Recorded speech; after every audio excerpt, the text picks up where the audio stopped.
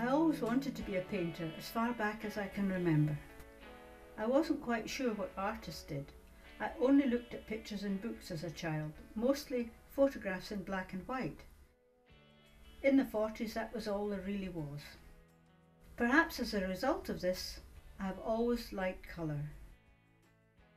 Children get painting materials, and so I have just carried on till now. The school I was at didn't work on portfolios for Glasgow School of Art, which is where I should have gone. I was 40 before I was able to go to art school, which was Duncan's Jordanson in Dundee. Most of the other students were 18. They did not realise that if you wanted to be an artist, you were going to be on your own quite a lot after art school.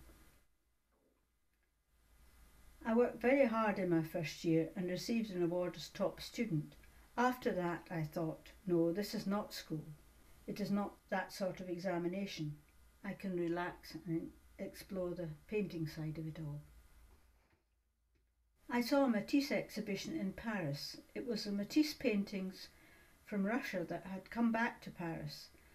It was these paintings that gave me the confidence to move straight into colour without drawing first. I admire many artists, but it is the Matisse paintings that make me want to go home and paint. I managed to get a WASP studio in Tully-Coutry, which is half an hour's drive from my home, about 3 months after I left art school. So I could continue arriving at my studio at 9 o'clock in the morning and work through till about 6 in the evening with no interruptions, and this was very good for me. When I worked on my paintings for the Saints from the Sea exhibition, it was because of all the place names in Scotland related to the Celtic saints who came across from Ireland. They usually came on their own in curraghs, but sometimes they were in boats carrying as many as 8 people. I tried to picture these saints coming over and landing on Scottish beaches. When I come into my studio, it is my special place, so not many people get invited in. I shut the door and have a look at what I've done the day before. I'm usually quite pleased when I finish, but in the morning I can have a look at it again with a fresh eye. The first area of the studio is where I paint my watercolours, and this is supposed to be a clean area, so I can lay my work on the floor and have a look at it. I have my books and my computer here. It is also where I have my coffee, my sketchbooks and my radio.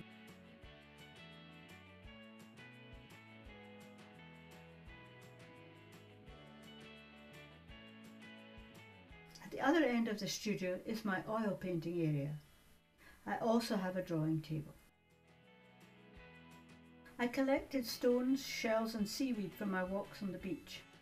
I lay them out in my studio and they represent the realism and the colours of the place. The stones are so abstracted they often work their way into compositions. A few years ago, the Rendezvous Gallery in Aberdeen awarded me a watercolour residency in Lewis in the Outer Hebrides. I hadn't been there before and was amazed at the difference in landscape from my Perthshire home. It was the lochans in the peat and ancient markings such as stone circles, black houses and of course the modern crofts. There was a vastness to the place that I had not expected, and everywhere of course the sea. The drawings are really the shapes. The round shapes of black houses and ancient circular marks on the ground and standing stones. So we have this contrast with the run rigs and the rectangular forms of modern crofts. There was a lot of peat cutting going on, and there were these black lines on the landscape where the peat had been cut.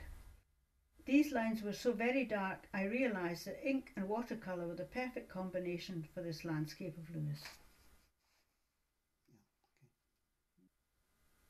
I drew a delicate little house sitting on this ancient landscape, with the dark bands of peat and the marks of human activity round about.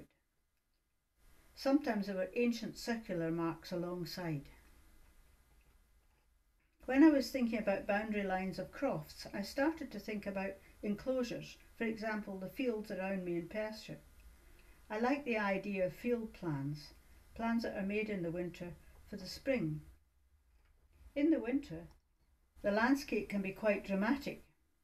Some of these old fields higher up on the hills are no longer used, but their boundaries can still easily be seen when there is a light dusting of snow. They are like drawings on the land. The colours of winter are completely different from the colours of summer in Perthshire. This is a rape field, and this is a rape field cut.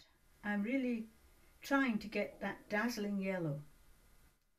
These two here are pools of water, the little pools of water that you see in the ground in the summer after rain. This one is titled Only One Small Cloud, and when there is only one small cloud in the sky in Scotland, it is usually because the weather is warm. These two paintings show small fields with a little snow, and the colours of spring are just breaking through. This is a winter painting. It is actually snow on the beach, something you don't see very often here, but when I saw it I tried to paint it.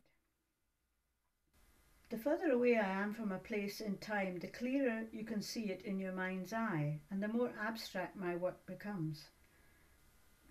This in turn led me to thinking about more intimate spaces like people's gardens. Everyone has a different kind of garden. I like to walk at night and find it interesting to see these gardens then. They come into their own when there is no one there. If you put a dark edge around something, it immediately closes it in, and you can work within that boundary. Some things are more prominent at night. Trees, for instance, and the atmosphere is quite different. Sometimes they're a little piece of light. I have just started with these, and I think I could spend the next 10 years painting gardens.